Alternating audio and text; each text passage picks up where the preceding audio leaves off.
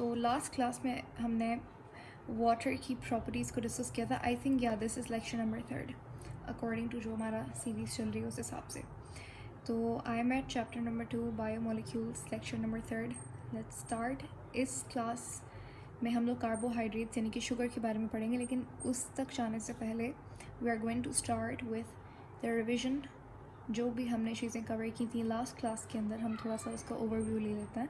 मैं आपको कुछ क्वेश्चंस करूँगी and you need to answer me so that मुझे आइडिया हो जाए कि कितना आपको याद है पिछली क्लास में से. सबसे पहले तो हमारे पास, जैसा कि मैंने बताया था कि टोटल हमारे पास नेचुरल एलिमेंट्स कितने होते हैं 92, और उसमें से 16 जो है वो बायो एलिमेंट्स होते हैं. तो मुझे बताइए 16 अमंग 16 बायो एलिमेंट्स, अगर मैं 16 ना भी बोलूँ तो आपको पता होना चाहिए कि अब जब मैं कहती हूँ बायो एलिमेंट, जब आपको लिखा हुआ मिल जाए बायो एलिमेंट, तो उसका मतलब क्या होता है? उसका मतलब होता है कि वो एलिमेंट जो कि लिविंग ऑर्गेनिज्म की बॉडी में मिलते हैं वो बायो एलिमेंट्स कहलाते हैं. और वो कितने होते हैं? 16 ही होते हैं, ना उससे कम ना ज़्यादा. 16. तो अब इन 16 बायो एलिमेंट्स में से मुझे बताइए कितने, how many major bio elements are there? 6 elements में oxygen, carbon, hydrogen, nitrogen, calcium and phosphorus. Perfect, good. तो हमारे पास कितने? 6 मेजर बायो एलिमेंट्स होते हैं, बाकी 10 जो हैं वो माइनर बायो एलिमेंट्स होते हैं. ओके, आपने मुझे नाम भी बता दिए. इट वुड बी ग्रेट अगर नेक्स्ट क्वेश्चन का भी आप इसी तरीके से जवाब दें. क्वेश्चन नंबर 2 ये है कि हमारे पास सबसे अबंडेंट कंपाउंड कौन सा होता है सेल में? ऑक्सीजन. Are you sure? मैंने कंपाउंड कहा है. Compound hydrogen. कौन सा?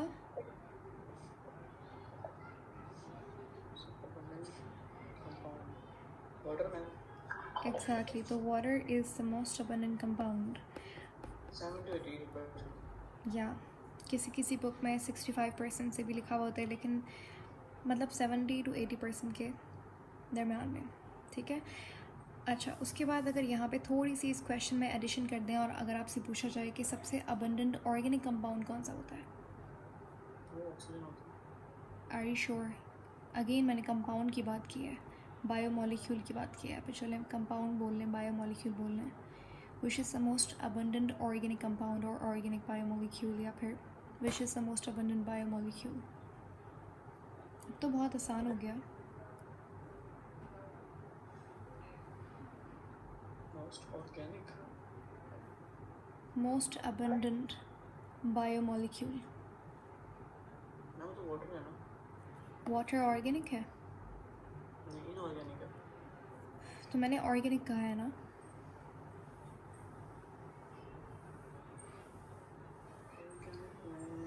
प्रोटीन्स. तो अगर आपसे पूछा जाए कि बताइए सबसे ज़्यादा अबंडेंट ऑर्गेनिक कंपाउंड कौन सा होता है, या फिर ऐसे भी पूछ सकते हैं कि सबसे अबंडेंट बायोमोलिक्यूल. जब बायोमोलिक्यूल लिखा हुआ आ जाए इसका मतलब ऑटोमेटिकली आपको समझ आना चाहिए बायोमोलिक्यूल का मतलब क्या है, कि वो ऑर्गेनिक होगा. तो सबसे अबंडेंट कौन सा है बायोमोलिक्यूल? वो है प्रोटीन. ठीक है. प्रोटीन एक पॉलीमर है, इसका मोनोमर अमाइनो एसिड होता है. अमाइनो एसिड के दरम्यान में कौन सी बॉन्डिंग होती है? पेप्टाइड बॉन्डिंग होती है. ठीक है, पेप्टाइड बॉन्ड होता है उनके दरम्यान में. सही है. अच्छा, इसके बाद आपके पास हम लोग वाटर से रिलेटेड कुछ सवाल जवाब कर लेते हैं. हमारे पास वाटर एक यूनिवर्सल सॉल्वेंट है. कुछ सेल्स के अंदर वाटर की क्वांटिटी जो है वो बहुत ज़्यादा होती है, किसी के अंदर कम होती है. तो यहाँ पे मुझे बताइए बोन सेल के अंदर क्या परसेंटेज होती है वाटर की? 20%. एग्जैक्टली. तो एज़ कम्पेयर जैसे दूसरे सेल्स, ब्रेन सेल्स, जहाँ पर 80 to 85% पानी होता है, तो उसके मुकाबले यहाँ पर 20% पानी होता है, 20% वाटर. इसी तरीके से जेली फिश के अंदर उसकी जो बॉडी होती है वो कितने % वाटर की बनी हुई होती है? 99%. गुड. ओके, तो यही हमने मेन चीज़ें डिस्कस की थी. अच्छा, तो आज का हमारा जो टॉपिक है वो है कार्बोहाइड्रेट। तो हम उसके ऊपर बात करेंगे, जो कि एक बहुत इम्पॉर्टेंट बायोमॉलिक्यूल है। लेकिन इसको शुरू करने से पहले हम लोग थोड़ा सा इंट्रोडक्शन देख लेते हैं बायोमॉलिक्यूल्स के हवाले से। अच्छा,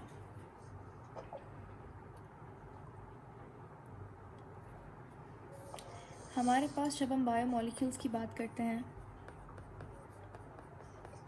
तो उसमें ऑर्गेनिक, जितना भी ऑर्गेनिक कंपाउंड है एक लिविंग ऑर्गेनिज्म के अंदर, दोबारा से सुने ध्यान से, जितना भी ऑर्गेनिक कंपाउंड है लिविंग ऑर्गेनिज्म के अंदर, ऑर्गेनिक कंपाउंड वो बायोमॉलिक्यूल कहलाता है। ठीक है, तो उसके अंदर हम लोग ऑक्सीजन, कार्बन, हाइड्रोजन, इन एलिमेंट्स की बात नहीं कर रहे। उसके अंदर ना तो हम वाटर की बात कर रहे हैं, इसके अंदर हम लोग ऑर्गेनिक कंपाउंड की बात कर रहे हैं, ऑर्गेनिक कार्बन कंपाउंड की बात कर रहे हैं। ठीक है, तो अब बायोमॉलिक्यूल, जब आप बात करते हैं बायोमॉलिक्यूल्स की, तो हम इसमें 4 मेन बायोमॉलिक्यूल्स के बारे में पढ़ते हैं। कितने?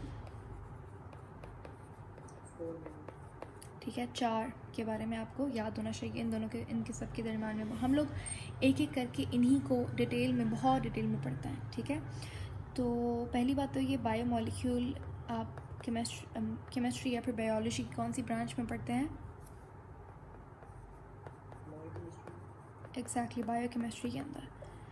तो यहाँ पर आपके पास केमिस्ट्री की भी बहुत सारी बातें आएंगी। आप बॉन्डिंग के बारे में पढ़ेंगे, कैसे बॉन्ड बनता है वगैरह वगैरह।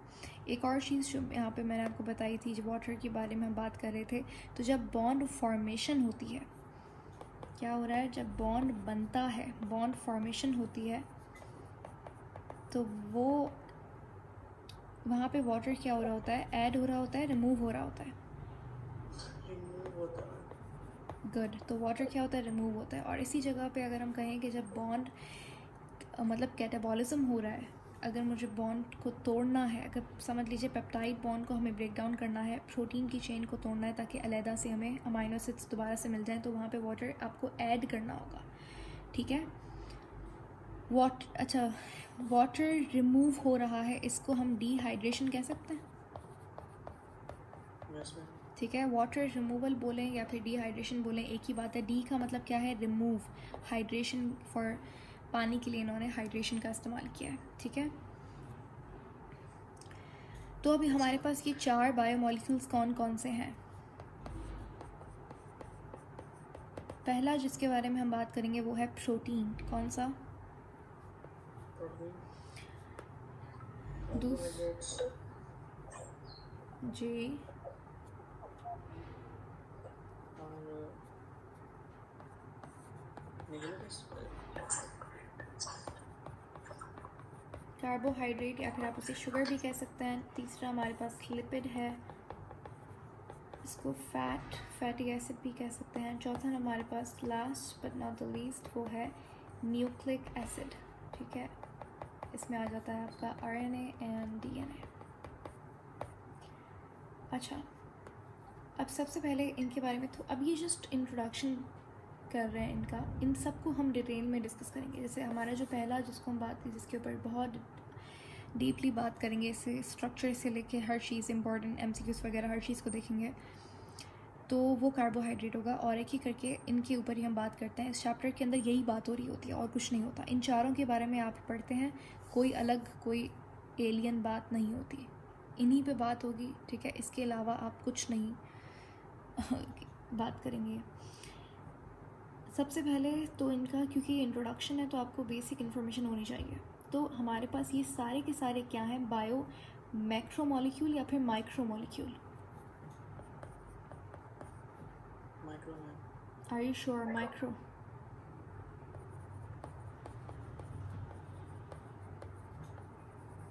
ये सब क्या है? बायो मैक्रोमॉलिक्यूल हैं। ठीक है, ये साइज़ में बड़े होते हैं क्योंकि ये लोग पॉलीमर्स हैं, मैंने पहले भी बताया था। ठीक है, ये बायो मैक्रोमॉलिक्यूल्स होता है। अब पॉलीमर का मतलब क्या है कि इस तरीके से इनकी लॉन्ग, जैसे प्रोटीन है तो उसकी इस तरीके से बहुत लंबी चेन होगी। ठीक है, और क्योंकि ये पॉलीमर है तो इसका मोनोमर होगा। इसी तरीके से शुगर की चेन होगी, लिपिड का भी ऐसे होगा, न्यूक्लिक एसिड का भी ऐसे होगा। तो अब जो प्रोटीन है, अब ये सारे के सारे बायो मैक्रोमॉलिक्यूल्स मिलकर किससे बनते हैं?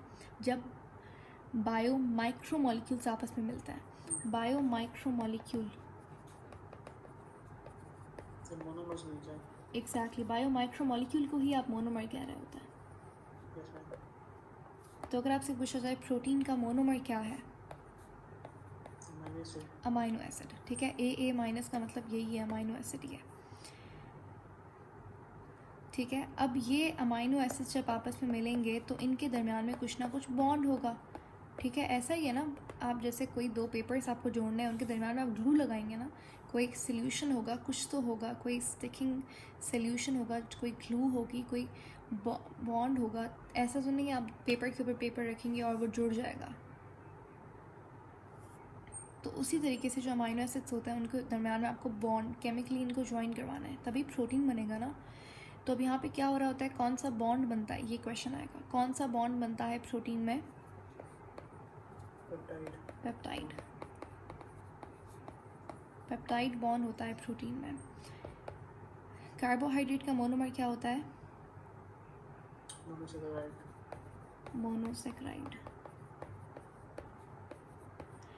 और इसके अंदर हमारे पास बॉन्ड क्या बन रहा होता है,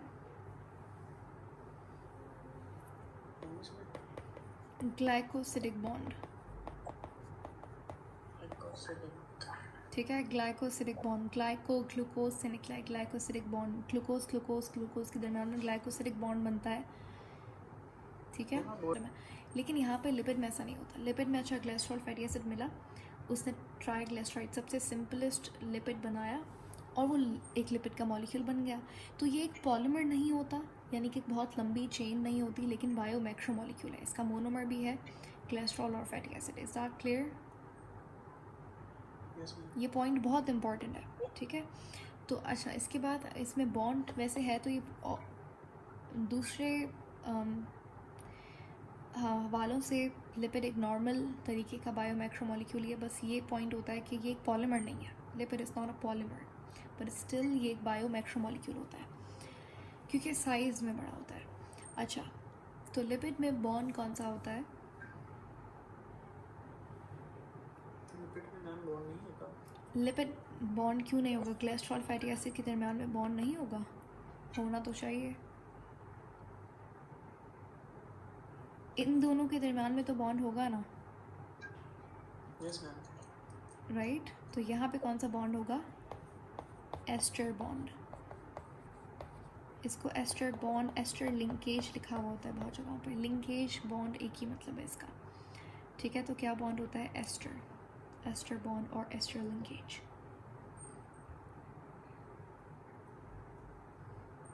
ठीक है। नेक्स्ट हमारे पास जो है वो है न्यूक्लिक एसिड। न्यूक्लिक एसिड का मतलब क्या है? आरएनए और डीएनए। इसका मोनोमर क्या होता है?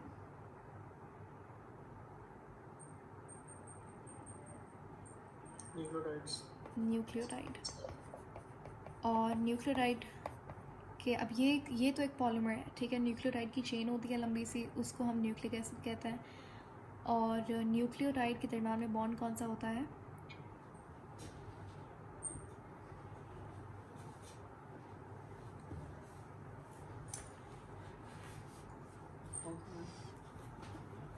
अच्छा, तो न्यूक्लियोटाइड के दरमियान में बॉन्ड होता है फॉस्फो डाइएस्टर बॉन्ड, ठीक है। ये आपको याद होना चाहिए, फॉस्फो डाइएस्टर बॉन्ड होता है न्यूक्लियोटाइड के दरमियान में। यहाँ तक कोई क्वेश्चन?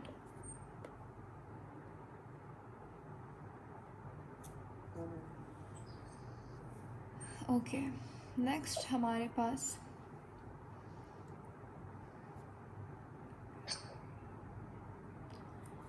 अब इनका थोड़ा सा हम लोग इंट्रोडक्शन की बात कर लेते हैं कि इनके काम क्या होता है। फिर तो हमारा काम ही यही है कि इन सबको डिटेल में डिस्कस करना, लेकिन उससे पहले आपको थोड़ा बहुत आइडिया होना चाहिए कि अच्छा प्रोटीन कहाँ पे काम आता है, प्रोटीन का मेन फंक्शन क्या होता है बॉडी में, न्यूक्लिक एसिड का काम क्या होता है। तो सबसे पहले अगर हम बात करें इनके फंक्शंस की, इनके मेन रोल की जो कि ये प्ले करते हैं हमारी बॉडी के अंदर, तो जैसे पहला हम प्रोटीन की बात कर लेते हैं। तो प्रोटीन का जो मेन फंक्शन होता है वो होता है स्ट्रक्चर फॉर्म करना, ठीक है। ये एक स्ट्रक्चरल मॉलिक्यूल है। स्ट्रक्चरल मॉलिक्यूल का मतलब होता है कि वो प्रोटीन एक ऐसी चीज़ है जो कि स्ट्रक्चर बनाने में, कोई चीज़ को फॉर्म करने में, कोई एक दूसरे कंपाउंड्स बनाने में काम आता है। बहुत सारे ऐसी चीज़ें हैं हमारी बॉडी के अंदर जो कि बहुत इम्पॉर्टेंट है, उनके बिना ज़िंदगी यानी कि ह्यूमन बॉडी फंक्शन ही नहीं कर सकती, वो सारी प्रोटीन से बनी हुई होती हैं। बहुत मैं आपको मेन एग्जांपल्स अगर बताऊं, जितने भी हमारे हार्मोन्स हैं तकरीबन 90% हार्मोन प्रोटीन से बना हुआ है। एंजाइम्स जो हैं सारे के सारे एंजाइम्स वो किससे, वो प्रोटीन से बने हुए होते हैं, सिवाय एक दो के जो कि आरएनए से बने हुए होते हैं। ठीक है, उन्हें राइबोजाइम कहा जाता है। क्या कहा जाता है? राइबोजाइम।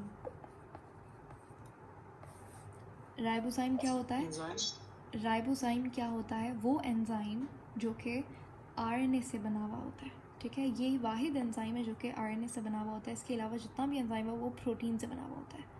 ठीक है, इसमें कोई मुश्किल बात नहीं है, जस्ट एक छोटा सा नाम है राइबोजाइम। राइबो आरएनए से निकला है। तो हार्मोन हो गए, आपके पास एंजाइम्स हो गए, इसके अलावा हमारे पास जितना भी स्ट्रक्चरल प्रोटीन है, स्ट्रक्चरल प्रोटीन का मतलब जो कि स्ट्रक्चर बनाता है, आपके पास केराटिन, केराटिन प्रोटीन का आपने नाम सुना होगा। आपके हेयर, नेल्स, ये सारी चीज़ें केराटिन की बनी हुई होती हैं, और केराटिन क्या है? प्रोटीन है। इसके अलावा हमारे पास हमारे बॉडी के अंदर जो इम्पोर्टेंट मॉलिक्यूल्स होते हैं, जैसे कि हीमोग्लोबिन हो गया, मायोग्लोबिन हो गया। मसल के अंदर कौन से प्रोटीन्स होते हैं? कॉन्ट्रैक्टाइल प्रोटीन्स कल ही पढ़े थे हमने, टोल्क का पेपर जब हम सॉल्व कर रहे थे। एक्टिन मायोसिन, तो वो भी क्या है? प्रोटीन्स हैं। ठीक है, आपके पास कोलेजन फाइबर का आपने नाम सुना होगा। ये भी क्या है? प्रोटीन के फाइबर्स होते हैं। कोलेजन फाइबर्स बहुत इंपॉर्टेंट फाइबर्स होते हैं। तो ये सारा का सारा प्रोटीन है। अब इतनी सारी चीज़ों में प्रोटीन आ रहा है, इसका मतलब तो यही हुआ ना, प्रोटीन सबसे अबंडेंट होता है। सबसे अबंडेंट बायोमॉलिक्यूल कौन सा होता है?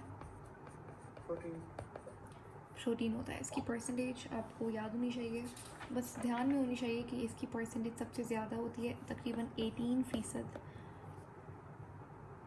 18% सेल के अंदर 18% प्रोटीन होता है। 18% of the biomolecule is protein. ठीक है, बैक्टीरियल सेल में भी सबसे ज़्यादा प्रोटीन ही होता है, उसके अंदर थोड़ी सी परसेंटेज कम होती है, 15% होता है। ठीक है, और एक और चीज़ आपने, एक मैं यहाँ पे एक्स्ट्रा पॉइंट मैं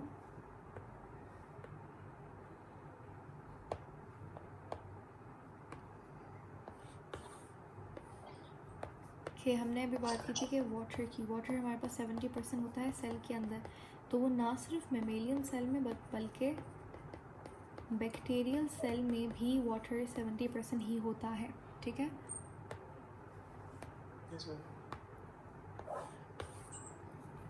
इसी तरीके से हमारे पास क्या है? प्रोटीन है। ठीक है, protein is the most abundant what? Biomolecule. तो ये ना सिर्फ एक मेमेलियन सेल के अंदर अबंडेंट होता है 18%, बल्कि बैक्टीरियल सेल में भी अगर आपसे पूछे प्रोकैरियोटिक सेल में सबसे अबंडेंट बायोमॉलिक्यूल कौन सा है, तो वहाँ पर भी कौन सा है?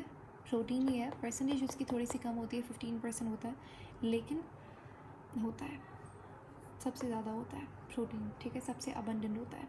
एक ये चीज़ आपने याद रखनी है, और दूसरा एक और वन मोर फैक्ट यहाँ पे हम लोग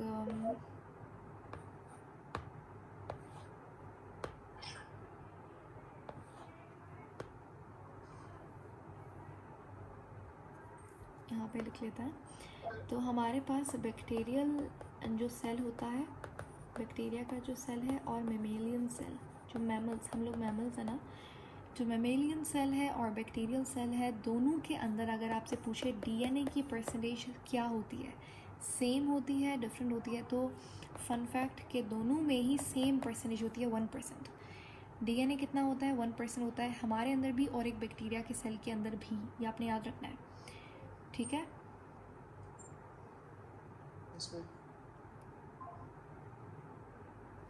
तो वाटर की परसेंटेज क्या है? सेम है। ये डीएनए की परसेंटेज दोनों के अंदर सेम है, प्रोटीन दोनों में ही अबंडेंट है, लेकिन परसेंटेज डिफरेंट होती है। मैमल के अंदर 18%, इसके अंदर 15%। आईमेट के अंदर आपको परसेंटेजेस एग्जैक्ट याद करने की ज़रूरत नहीं है, लेकिन आपको पता होना चाहिए कि सबसे अबंडेंट कौन सा है, प्रोटीन। वाटर की परसेंटेज इंपॉर्टेंट है, वो आपको याद होनी चाहिए। यहाँ तक प्रोटीन का काम समझ आ गया। Yes ma'am. अब हम हमारे पास नेक्स्ट कार्बोहाइड्रेट की बात करते हैं। कार्बोहाइड्रेट हमारे पास, जिसको आप शुगर कहते हैं, इसका मेन काम क्या होता है, इसका मेन फंक्शन क्या होता है? इसका मेन फंक्शन होता है एनर्जी प्रोवाइड करना। ये एक एनर्जी सोर्स की तरह काम करता है। कैसे? अब जैसे हमें पता है, जब ग्लूकोज है, ग्लूकोज को तोड़ेंगे, इसका कैटाबॉलिज्म करेंगे, तो यहाँ पे क्या निकलेगा? ATP। ठीक है, और इस प्रोसेस को हम क्या कहते हैं?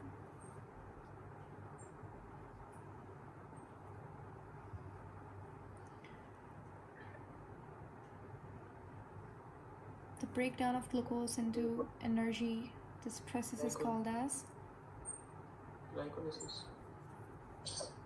ग्लाइकोलाइसिस। तो उसका पहला स्टेप है। ओवरऑल हम लोग इसको सेल्यूलर रेस्पिरेशन कहते हैं। Yes ma'am. ठीक है, ग्लाइकोलाइसिस के अंदर ग्लूकोज बहुत सारा ATP में डायरेक्ट नहीं टूटता। सेल्यूलर रेस्पिरेशन का सिर्फ और सिर्फ पहला पार्ट जो है वो ग्लाइकोलाइसिस होता है। ग्लाइकोलाइसिस में मैंने आपको बताया था, मैं रिपीट कर देती हूँ, ये हम लोग बहुत ऑलमोस्ट हर क्लास में सेल्यूलर रेस्पिरेशन ज़रूर आता है। तो ग्लाइकोलाइसिस हमारे पास कहाँ पर होता है? साइटोप्लाज्म में होता है। ग्लाइकोलाइसिस एक 10 स्टेप का प्रोसेस है, जिसके अंदर एक ग्लूकोज का मॉलिक्यूल किस में टूटता है?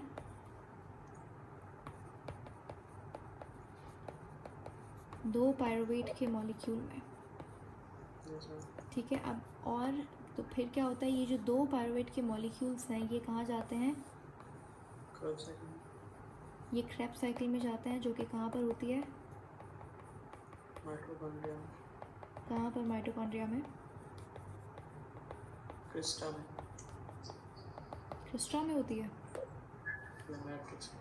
माइटोकॉन्ड्रियल मैट्रिक्स में होती है। उसके बाद यहाँ पर हमारे पास जो थर्ड स्टेप होता है, वो रेस्पिरेशन चेन होती है, इलेक्ट्रॉन ट्रांसपोर्ट चेन, जो कि कहाँ पर हो रही होती है? क्रिस्टा में। Yes ma'am. और यहाँ से हमारे पास बहुत सारा ATP निकलता है। ठीक है, फॉर योर इन्फॉर्मेशन, हमारे पास एक ग्लूकोज से कितना ATP निकलता है? 36 ATP निकलता है। एक ग्लूकोज के मॉलिक्यूल से 36 ATP निकलता है। ठीक है, और ये यूकैरियोटिक का हम बता रहे हैं। ठीक है, आपको पता है प्रोकैरियोट के अंदर, अगर मैं आपसे पूछूं, बताइए प्रोकैरियोटिक के अंदर, बैक्टीरिया के अंदर ATP कम निकलेगा, ज़्यादा निकलेगा? एक ग्लूकोज का, दोनों में सेम पूछा है। कम निकलेगा मैम। लेकिन ऐसा होता नहीं है। प्रोकैरियोटिक के अंदर 38 ATP निकलता है।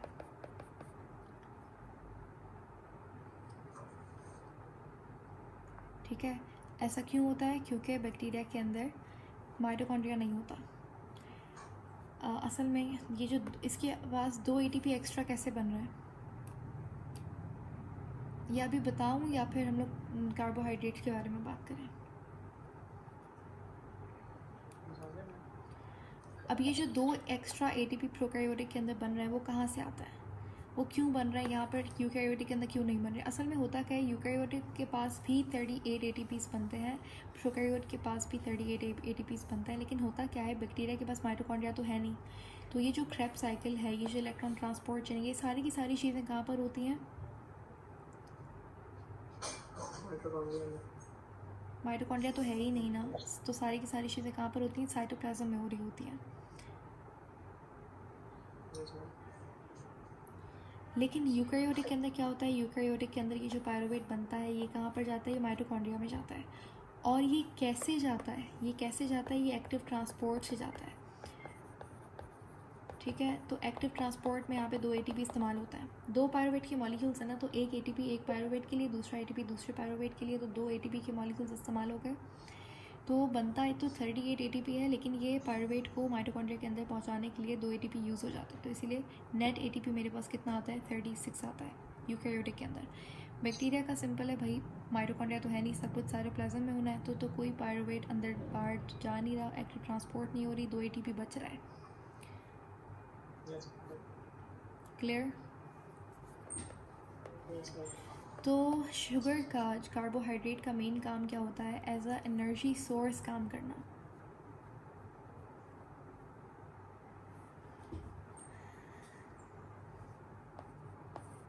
थर्ड अगर हम बात करें वो है लिपिड की। लिपिड के बहुत सारे फंक्शंस होते हैं, इसका जो मेन पर्पस है वो क्या है, वो है सेल मेम्ब्रेन की फॉर्मेशन करना। इसके अलावा जैसे कि फॉर एग्जांपल फैट है, तो वो क्या करता है, वो हीट को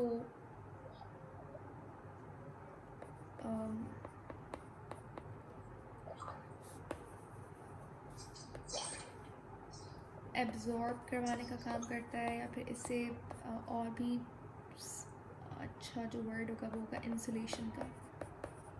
तो लिपिड जो है वो इंसुलेशन का काम करता है, सेल मेम्ब्रेन बनाता है, और सेल मेम्ब्रेन बहुत इंपॉर्टेंट पार्ट है एक सेल का।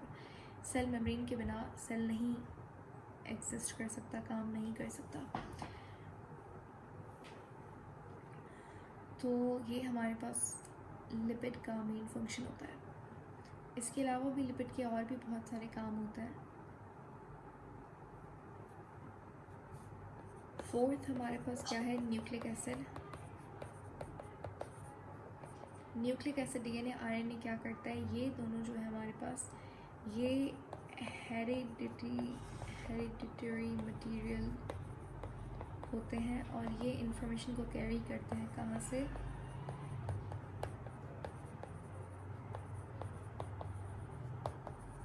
Parent cell to daughter cell.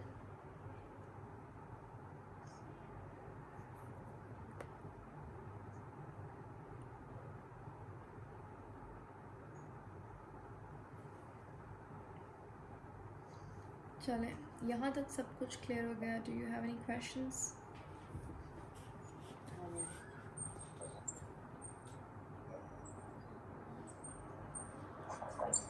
अच्छा, तो अब हम बात करेंगे, हमारा जो टॉपिक है आज का वो है कार्बोहाइड्रेट। प्रोटीन नहीं मैम? पहले हम कार्बोहाइड्रेट को देख लेते हैं, एंड देन हम प्रोटीन की बात करेंगे। कार्बोहाइड्रेट थोड़ा सा आसान भी है, वैसे तो प्रोटीन भी कोई मसला नहीं है, अगर आप जो भी पहले करें जो भी बाद में करें, ठीक है। पहले चलो कार्बोहाइड्रेट कर लेते हैं, इससे कोई फ़र्क नहीं पड़ता, आप न्यूक्लिक एसिड्स पहले पढ़ लें, पढ़ने सारे हैं, चारों ही हमें पढ़ना है। तो हम चलें कार्बोहाइड्रेट को देख लेते हैं आज। कार्बोहाइड्रेट नाम से क्या पता चल रहा है, कार्बो, कार्बो किससे मिलता जुलता लग रहा है, कार्बन से। Yes, ma'am. हाइड्रेट यानी कि हाइड्रेटेड, वाटर से रिलेटेड है। Yes, ma'am. अब ये कार्बन है, ये हाइड्रोजन है, ये ऑक्सीजन है, यानी कि कार्बन, हाइड्रोजन और ऑक्सीजन, यही तो होता है कार्बोहाइड्रेट, ठीक है। मतलब नाम तोड़कर आप बायो के अंदर बहुत आसानी से मतलब निकाल सकते हैं किसी भी चीज़ का। तो अगर आपसे पूछे कार्बोहाइड्रेट का दूसरा नाम क्या है, तो यू मस्ट नो कि carbohydrate also called as hydrated carbon, यानी कि कार्बन के साथ जब आप हाइड्रोजन ऑक्सीजन मिला देंगे तो ये हमारे पास कार्बोहाइड्रेट होगा। अब यहाँ पर क्या होता है, CH और O, ये 3 मेन एलिमेंट्स होते हैं कार्बोहाइड्रेट के अंदर, ऐसा ही है। Yes, ma'am. अब यहाँ पे बहुत इंपॉर्टेंट पॉइंट्स जो कि हर बुक के अंदर ऑलमोस्ट लिखा हुआ होता है सबसे पहले इंट्रोडक्शन में ही, कि कार्बोहाइड्रेट के अंदर जो ऑक्सीजन और हाइड्रोजन की परसेंटेज होती है वो बिल्कुल वाटर की परसेंटेज की तरह ही होती है। कैसे? जैसे अगर मैं बोलूँ वाटर, तो उसमें हाइड्रोजन H2O है। Yes. अगर मैं यहाँ पे रेशो निकालूँ हाइड्रोजन टू ऑक्सीजन का, तो हाइड्रोजन के कितने एटम्स हैं, 2. ऑक्सीजन के कितने एटम हैं, 1. तो इसीलिए यहाँ पर कार्बोहाइड्रेट के अंदर जो रेशो होता है हाइड्रोजन टू ऑक्सीजन वो बिल्कुल सेम होता है जैसे वाटर के अंदर होता है, ठीक है। तो इसीलिए इस रेशो की वजह से हम कहते हैं कि ये हमारे पास क्या है, इसको मैं वाटर कंसिडर कर सकते हैं। Yes. तो ये कार्बन है, वाटर के लिए वर्ड यूज़ करेंगे हाइड्रेटेड। कार्बन जब हाइड्रेटेड हो जाएगा तो वो कार्बोहाइड्रेट। नाम का मतलब समझ आ गया, कार्बोहाइड्रेट का क्या मतलब है। Yes, ma'am. अच्छा, उसके बाद हमारे पास कार्बोहाइड्रेट जो है वो एक शुगर बोलें या फिर कार्बोहाइड्रेट बोलें। अब कार्बोहाइड्रेट में हमारे पास दो तरीके का कंपाउंड हो सकता है। कार्बोहाइड्रेट में दो, अगर आपने ऑर्गेनिक केमिस्ट्री का थोड़ा बहुत भी आइडिया हो आपको, तो आपके पास कार्बोहाइड्रेट में दो तरीके का कंपाउंड, दो तरीके का फंक्शनल ग्रुप अटैच हो सकता है। एक, दुनिया में कोई भी शुगर होगी वो इनमें से कोई एक होगी, इनके अलावा नहीं हो सकती, इनमें से कोई एक होगी। या तो वो एल्डिहाइड शुगर होगी क्योंकि उसमें एल्डिहाइड फंक्शनल ग्रुप अटैच्ड होगा, या तो वो कीटोनिक शुगर होगी, कीटोनिक कार्बोहाइड्रेट होगा क्योंकि उसमें कीटोन नाम का फंक्शनल ग्रुप अटैच्ड होगा। अब ये यहाँ पर कोई मुश्किल बात नहीं है। अगर आपको लग रहा है अरे ये क्या है, ये तो मैंने कभी नहीं पढ़ा, एल्डिहाइड इतना मुश्किल नाम, कीटोन, कुछ भी नहीं है। एल्डिहाइड एक फंक्शनल ग्रुप है, यानी कि समझ लीजिए एक ग्रुप है, नंबर ऑफ मतलब 2-3 एलिमेंट्स साथ में मिल गए तो उन्होंने ग्रुप बना दिया, तो वो, और वो जाके जब अटैच होता है कार्बोहाइड्रेट के साथ तो वो एल्डिहाइड एक शुगर बन जाती है। तो एल्डिहाइड एक, हम समझ लीजिए हमारे पास एक आधा अधूरा कंपाउंड है। कीटोन का भी ऐसा ही है, कीटोन भी एक कंपाउंड है, वो जाके कार्बोहाइड्रेट के साथ मिल जाता है। तो जितनी भी शुगर्स हैं वो या तो एल्डिहाइडिक होगी या तो कीटोनिक होगी। Yes, ma'am. तो अब अगर आपको पता होना चाहिए थोड़ा बहुत कि एल्डिहाइड जो है वो कैसा होता है। एल्डिहाइड हमारे पास कुछ ऐसा होता है, जब COH कुछ इस तरीके से बॉन्डेड होते हैं तो इसको हम लोग कहते हैं एल्डिहाइड। एल्डिहाइड हमेशा लास्ट कार्बन पे फंक्शनल ग्रुप लगता है। ये जो आप देख रहे हैं ये एल्डिहाइड फंक्शनल ग्रुप है। और कीटोन जो है वो कुछ ऐसा फंक्शनल ग्रुप होता है, ठीक है। ये जो R मैंने बनाया है, R का मतलब क्या होता है, R का मतलब होता है रेडिकल ग्रुप। यहाँ पर कोई भी कार्बन आ सकता है, यहाँ पर 4 कार्बन भी हो सकता है, यहाँ पे 3 कार्बन भी हो सकता है, उससे मसला नहीं है। उससे आपके पास दूसरी तरीके की शुगर बनती जाएगी। लेकिन मेन आपको चीज़ पता होनी चाहिए कि एल्डिहाइड फंक्शनल ग्रुप कैसा है दिखने में और एल्डिहाइड एक फंक्शनल ग्रुप कैसा है।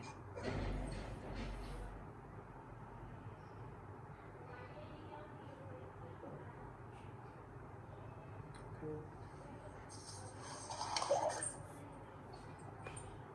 अब हर शुगर, जैसे कि मैंने आपको बताया, या तो वो एल्डिहाइडिक होगी या तो वो कीटोनिक होगी। अब जैसे यहाँ पर एक एग्जांपल लेते हैं, फिर अच्छा आपको अच्छे से समझ आएगा। ग्लूकोज की बात कर लेते हैं, ठीक है, सबकी फेवरेट शुगर। क्योंकि ग्लूकोज के बारे में किसी को कुछ पता होना हो बायोमॉलिक्यूल के बारे में, उसने ग्लूकोज का नाम तो ज़रूर सुना होगा। तो ग्लूकोज जो है वो हमारे पास एल्डिहाइडिक है या फिर कीटोनिक है।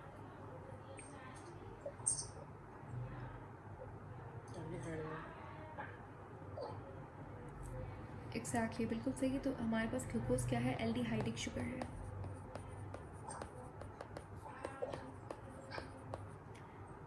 ग्लूकोज के पास एल्डिहाइड ग्रुप होता है। ग्लूकोज पर कितने कार्बन्स होते हैं,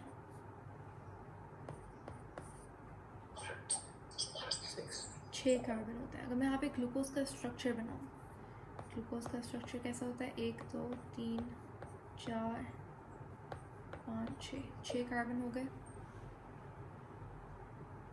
Yes, ma'am. यहाँ तक समझ आ गया, अभी तक कोई मुश्किल बात नहीं की हमने।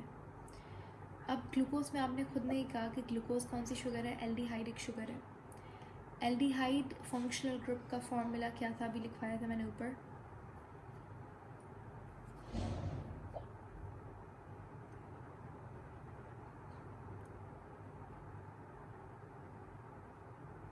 क्या करें जो एल्डिहाइड बनेगी है।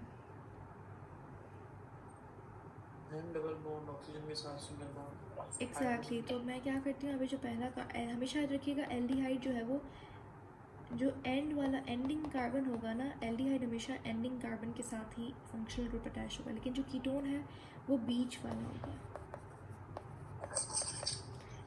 कीटोन कभी यहाँ पर नहीं हो सकता, यहाँ पर नहीं हो सकता, लेकिन एल्डिहाइड हमेशा या तो यहाँ पर होगा या तो सबसे आखिरी वाला जो कार्बन होता है वहाँ होता है। ये फ़र्क आपने याद रखना है। तो आपने अभी, मैं वैसा ही कर रही हूँ जैसा आपने मुझे बताया कि एल्डिहाइड फंक्शनल ग्रुप है, तो आपने अटैच कर देना डबल बॉन्ड ऑक्सीजन और ये हाइड्रोजन, ऐसा ही है। Yes ma'am. अब हम यहाँ पर स्ट्रक्चर को कंप्लीट कर लेते हैं। ये ग्लूकोज का स्ट्रक्चर हम बना रहे हैं। एल्डिहाइडिक शुगर थी तो एल्डिहाइड ग्रुप लगा दिया हमने। बाकी अब आप क्या करेंगे, कार्बन की वैलेंसी को कंप्लीट करेंगे। कार्बन के पास 4 इलेक्ट्रॉन्स की ज़रूरत होती है। 4, कार्बन हमेशा 4 बॉन्ड बनाता है। कितने बॉन्ड बनाता है? 4 बॉन्ड बनाता है, कोवलेंट बॉन्डिंग करता है, शेयरिंग ऑफ इलेक्ट्रॉन। तो अब यहाँ पे हमारे पास ये, और यहाँ पर सर हर तरफ क्या लगेगा, OH लगेगा। ठीक है, वैलेंसी कंप्लीट करने के लिए हम लोग OH लगा रहे हैं कार्बन के साथ। Yes ma'am. तो यहाँ पर हमारे पास क्या आ गया, OH। सिर्फ जो थर्ड, ये देखिए, ये पहला कार्बन, ये दूसरा कार्बन, ये तीसरा कार्बन। जो सिर्फ तीसरा वाला कार्बन है उसका जो OH होता है वो दूसरी तरफ होता है, बाकी ये सब का OH एक तरफ होता है। यहाँ तक बात समझ आ गई? Yes ma'am. ठीक है, सिर्फ तीसरे कार्बन का आपने ध्यान रखना है, इसका ख्याल रखना है, बाकी सारा का सारा सेम है, OH एक तरफ आ गया। अब अगर आप ध्यान से देखें, इनकी आपने वैलेंसी कंप्लीट करनी है। कार्बन हमेशा कितना बॉन्ड बनाता है? 4 बॉन्ड। कार्बन 4 बॉन्ड बनाता है, तभी वो स्टेबल होगा। मैं अपनी तरफ से नहीं कह रही, इसके पीछे साइंस है, केमिस्ट्री है, बेसिक सा। कार्बन का एटॉमिक नंबर क्या होता है?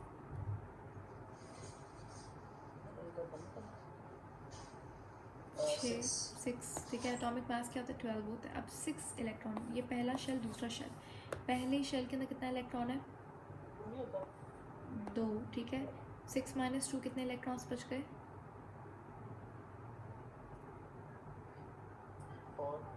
4। तो ये 4 इलेक्ट्रॉन आउटर शेल में जाएंगे। अब कार्बन को स्टेबल होने के लिए कितने और इलेक्ट्रॉन्स चाहिए?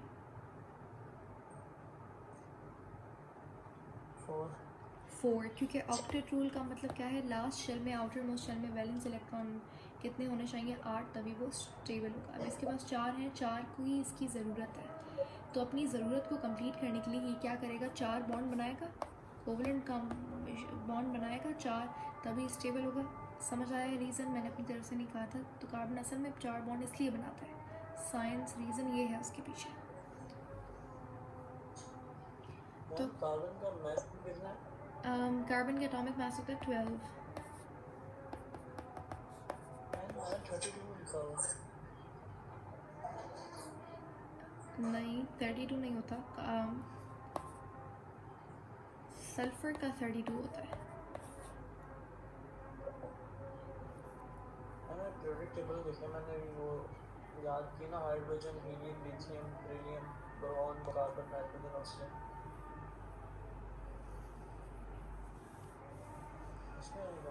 दोबारा से देखें, कहीं और से देखें। कार्बन हमेशा 12 ही होता है, 6, 12।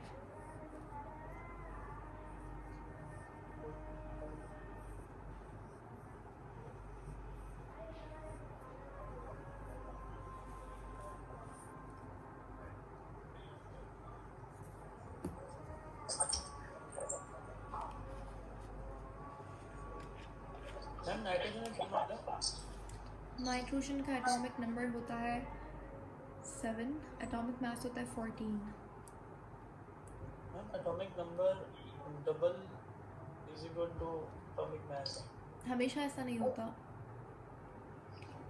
ज़्यादातर एलिमेंट्स में ऐसा होता है, लेकिन किसी किसी में थोड़ा बहुत कम ज़्यादा हो जाता है। ऐसा बेरिलियम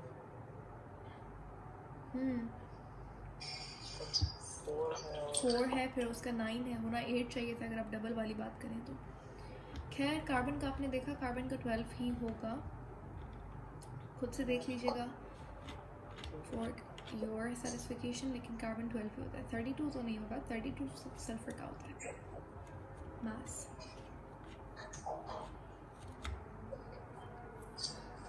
अच्छा, यहाँ पे वापस आते हैं तो हमारे पास अब आप मुझे बताइएगा, कार्बन को 4 बॉन्ड बनाने हैं। ये आपने बात हमेशा याद रखनी है, कार्बन को कितने बॉन्ड बनाना है।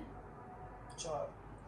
अब तो पहला स्क्वायर कार्बन बन जो गया। है, पहला कार्बन क्या इसके 4 बॉन्ड्स बन रहे हैं। हाँ मैम। ध्यान से देखें, पहले 4 जो है मैम। ये फर्स्ट कार्बन दिख रहा है, इसके कितने बॉन्ड्स बन रहे हैं यहाँ पर।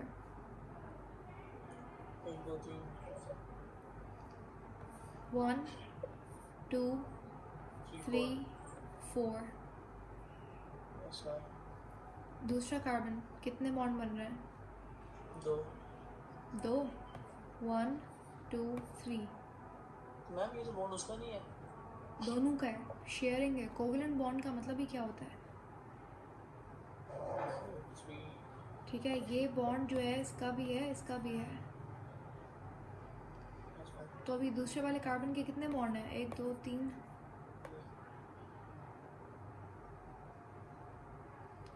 होने कितने बॉन्ड चाहिए, 8 होना चाहिए। नहीं, स्टेबल होने के लिए 4 होना चाहिए। 4 4। ये बात आप रख लें कि कार्बन के 4 बॉन्ड होने चाहिए। अब यहाँ पे कितने बॉन्ड हैं, इसके 3, तो एक इसको बॉन्ड चाहिए, तो वो फिर वैलेंसी कंप्लीट करने के लिए आप हाइड्रोजन लगाते हैं। ऑर्गेनिक केमिस्ट्री में भाई यहाँ पे हाइड्रोजन लग जाएगा। इसी तरीके से इस वाले कार्बन के कितने बॉन्ड कंप्लीट हैं, कितने चाहिए इसको, 1 चाहिए। 1, तो हाइड्रोजन लगा दें, पूरा हो जाएगा।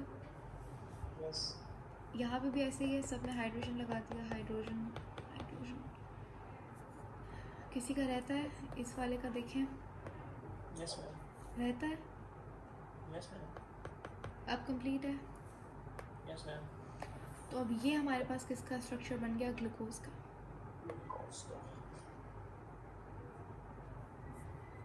ग्लूकोज का, ठीक है। ग्लूकोज का फॉर्मूला क्या होता है, C6H12O6। 6।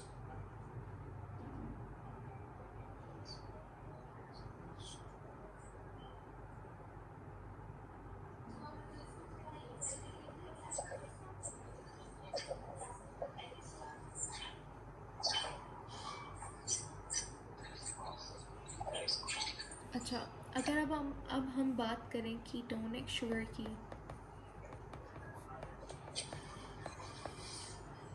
तो अब कीटोनिक शुगर के अंदर हमारे पास एग्जांपल मैं अगर आपको दूँ तो यहाँ पर बहुत अच्छा एग्जांपल है फ्रक्टोज का।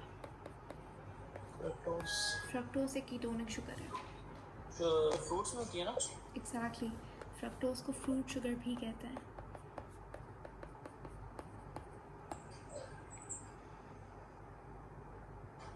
तो फ्रक्टोज क्या है, एक कीटोनिक शुगर है। ग्लूकोज एल्डिहाइडिक शुगर है। फ्रक्टोज का फार्मूला क्या होता है, मज़े की बात, फ्रक्टोज का फार्मूला भी सेम है, C6H12O6। आप ये काउंट करके देख लें, देखें मैंने यहाँ पे स्ट्रक्चर बनाया है, ऊपर टोटल नंबर ऑफ कार्बन कितने हैं, कार्बन 6 है। 6 है, तो ये C6 हो गया। हाइड्रोजन काउंट करें, यहाँ पर कितने हाइड्रोजन है, 1 1 2 3 4 5 6 7 8 9 10 11 12।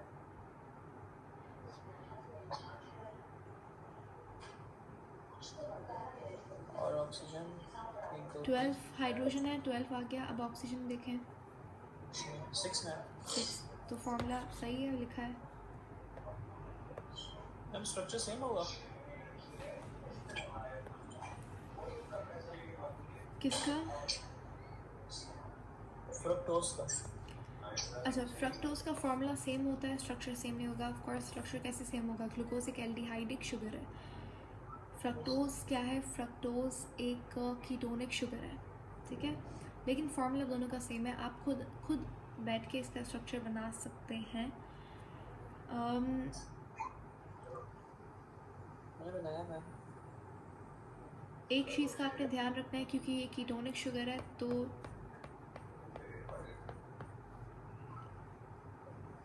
ये 5 कार्बन हो गए, ये 6 कार्बन। जो एल्डिहाइडिक ग्रुप था वो फर्स्ट कार्बन पे लगता है हमेशा, लेकिन जो कीटोनिक ग्रुप होता है वो आप हमेशा कौन से, सेकंड कार्बन पे लगाएंगे। और ये हो गया हमारे पास क्या, कीटोनिक ग्रुप। जी मिडिल पे नहीं जाएंगे? नहीं, सेकंड कार्बन पे आएगा आपके पास कीटोनिक ग्रुप, ठीक है। तो अब यहाँ पे आप बैलेंस कंप्लीट करें सारे, ये OH और थर्ड वाला मैंने बताया था OH इस तरफ आता है, ये आ गया OH बाकी पूरा सेम है। अब यहाँ पे आप बैलेंस कंप्लीट करें, ये हाइड्रोजन आ गए सब में,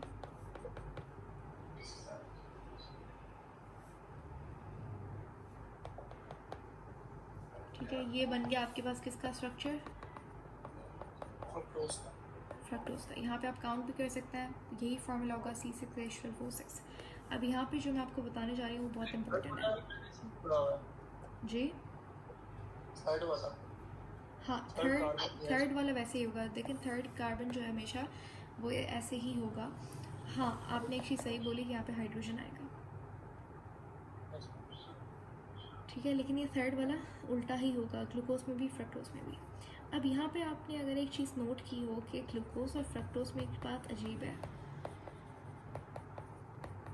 कि दोनों के अंदर हमारे पास क्या है, सेम, क्या चीज़ सेम है इन दोनों में, कंपोजिशन सेम है, सेम फार्मूला है, ठीक है, सेम फार्मूला, केमिकल फार्मूला दोनों में सेम है, लेकिन डिफरेंट क्या है, स्ट्रक्चर, डिफरेंट स्ट्रक्चर है, ठीक है। डिफरेंट स्ट्रक्चर बोल सकते हैं आप, डिफरेंट ज्योमेट्री बोल सकते हैं। तो स्ट्रक्चर में दोनों डिफरेंट है, लेकिन फार्मूला दोनों का सेम है, नंबर ऑफ एलिमेंट्स दोनों में, नंबर ऑफ एटम्स दोनों में सेम है। तो जब भी हमारे पास दो ऐसे कंपाउंड्स, ध्यान से सुनिएगा, दो ऐसे कंपाउंड्स जिनका केमिकल फार्मूला सेम हो और एटॉमिक स्ट्रक्चर डिफरेंट हो, तो ऐसे दो कंपाउंड्स को हम क्या कहते हैं, आइसोमर्स। आइसोटोप्स अलग होते हैं, ये आइसोमर्स हैं। आइसोमर्स, दो ऐसे कंपाउंड्स जिनका सेम फार्मूला हो, डिफरेंट स्ट्रक्चर हो, वो आइसोमर्स कहलाते हैं। तो हम ये कह सकते हैं ग्लूकोज और फ्रक्टोज दोनों क्या हैं, आइसोमर्स। आपने भी बोला आइसोटोप्स, तो आइसोटोप्स क्या है होते हैं, आइसोटोप्स हमारे पास एटम्स होते हैं। आइसोमर्स क्या है, पहली बात तो ये आइसोमर्स कंपाउंड होंगे या फिर मॉलिक्यूल होंगे। लेकिन आइसोटोप्स क्या है, आइसोटोप्स एटम है सेम एलिमेंट के जिनका एटॉमिक नंबर क्या होगा, जिनका एटॉमिक नंबर सेम होगा, एटॉमिक मास डिफरेंट होगा। जैसे for example carbon 6, carbon 12, carbon 6, carbon 13, carbon 6, carbon 14। तो ये सब क्या है, ये सेम एलिमेंट है, कार्बन कार्बन कार्बन, लेकिन एटॉमिक नंबर सब में सेम है, एटॉमिक मास डिफरेंट है, 12, 13, 14। तो ऐसे एटम्स को, ये एटम्स हैं, इनको हम क्या कहते हैं, ये आइसोटोप कहते हैं। सेम एलिमेंट के एटम्स आइसोटोप्स। लेकिन दो ऐसे कंपाउंड्स जिनका फार्मूला सेम हो लेकिन स्ट्रक्चर चेंज हो, उनको आइसोमर्स कहते हैं। तो हम ये कह सकते हैं ग्लूकोज और फ्रक्टोज दोनों क्या है, आइसोमर्स।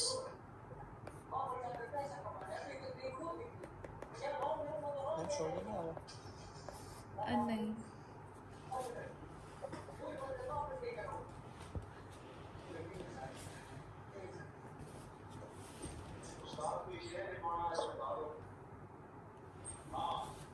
अच्छा,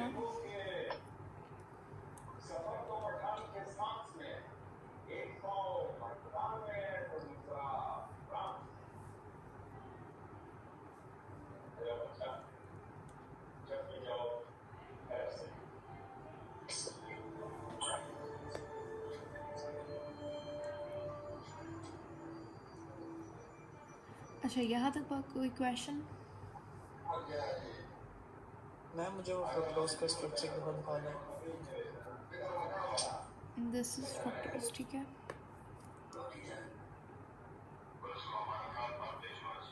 यही था कीटोन यही था। यहाँ पे मैंने R लिखा था, अब यहाँ पे R, ये R है और ये R है, यहाँ पे 1 2 3 4 कार्बन, यहाँ पे एक कार्बन, ये बीच में ये सेम चीज़ आ गई।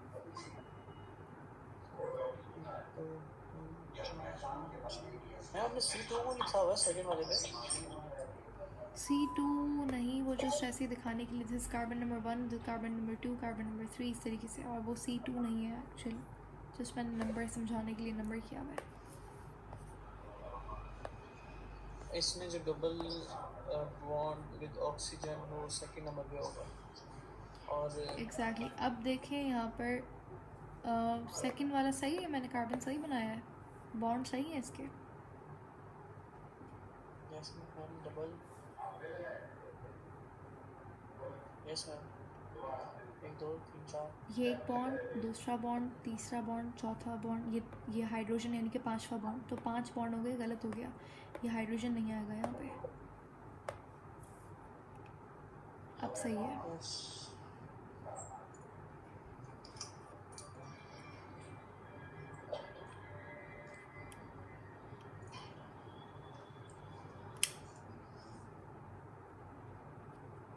Two, three, four, five, six, seven.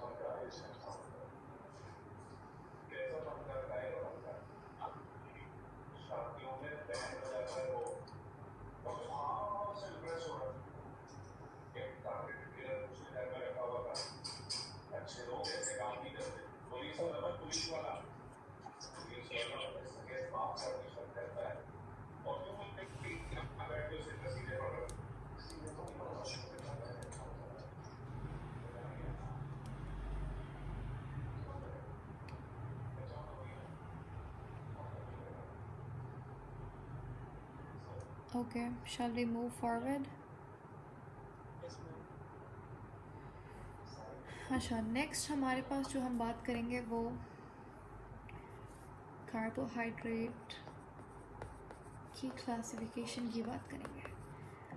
अब हमारे पास क्या होता है, इसका मोनोमर क्या है, मोनोसेक्राइड।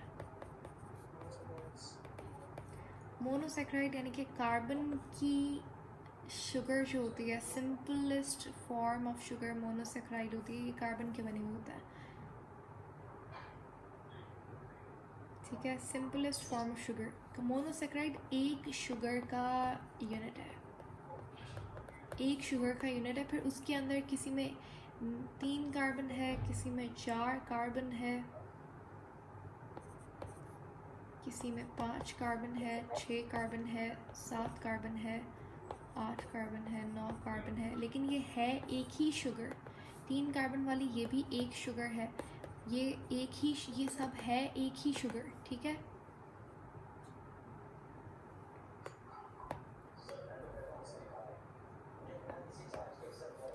अब जैसे 3 वाला है तो वो क्या होगी, वो ट्रायोस है, ये 4 कार्बन शुगर टेट्रोस कहलाती है, 5 कार्बन शुगर क्या कहलाती है, Hexose. 5 कार्बन पेंटोस होती है, 6 कार्बन हेक्सोस, फिर हेप्टोस, Hectose. Monos. ठीक है। हमारे पास सबसे इम्पॉर्टेंट जो होती है, इसको आप पढ़ते हैं, वो होती है 6 कार्बन, और 5th कार्बन वाली भी ज़रूरी होती है। सबसे रेयरेस्ट जो शुगर होती है, सबसे रेयरेस्ट वो कौन सी होती है, वो टेट्रोस होती है, सबसे कम आपको पाई जाएगी वो टेट्रोस होती है, ठीक है। पेंटोस हमारे पास न्यूक्लिक एसिड के अंदर इस्तेमाल होती है, न्यूक्लियोटाइड में। हेक्सोस हमारे पास सबसे इम्पॉर्टेंट है, ये मैं आपको डिटेल में पढ़ाऊँगी, ठीक है। इसके अंदर ग्लूकोज आता है जो आप पढ़ते हैं, इसके अंदर फ्रक्टोस आता है जो आप पढ़ेंगे। ग्लूकोज भी 6 कार्बन की शुगर है, मोनोसेक्राइड है। फ्रक्टोज भी 6 कार्बन का मोनोसेक्राइड है। और इसके अलावा हमारे पास एक और होता है, इसको बोलते हैं गैलेक्टोज। गैलेक्टोज भी 6 कार्बन की ही एक शुगर यूनिट है, ठीक है। तो ये हमारे पास क्या है, ये सब मोनोसेक्राइड है।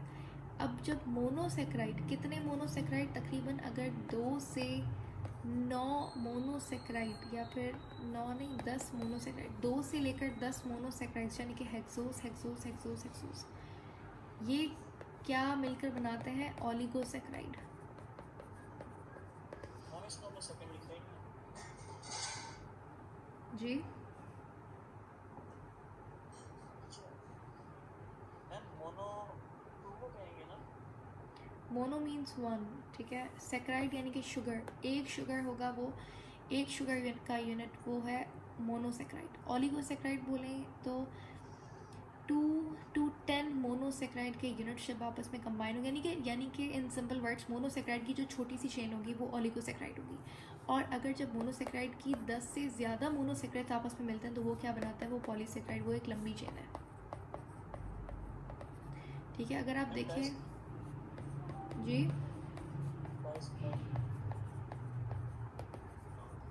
सॉरी,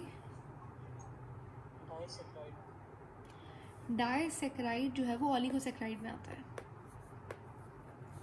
अगर 2 मोनोसेक्राइड मिलते हैं तो वो डाइसेक्राइड कहलाता है। अगर 3 मिलेंगे तो वो ट्राइसेक्राइड, 4 मिलेंगे तो ट्राइसेक्राइड, 5 मिलेंगे टेट्रासेक्राइड। इस तरीके से करते करते यहाँ पे 10 हो जाता है डेकासेक्राइड।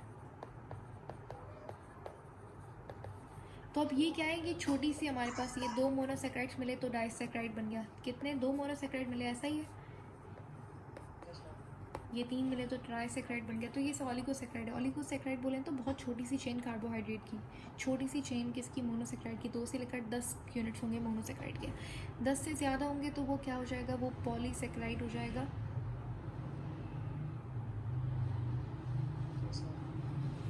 तो अब हमारे पास क्या है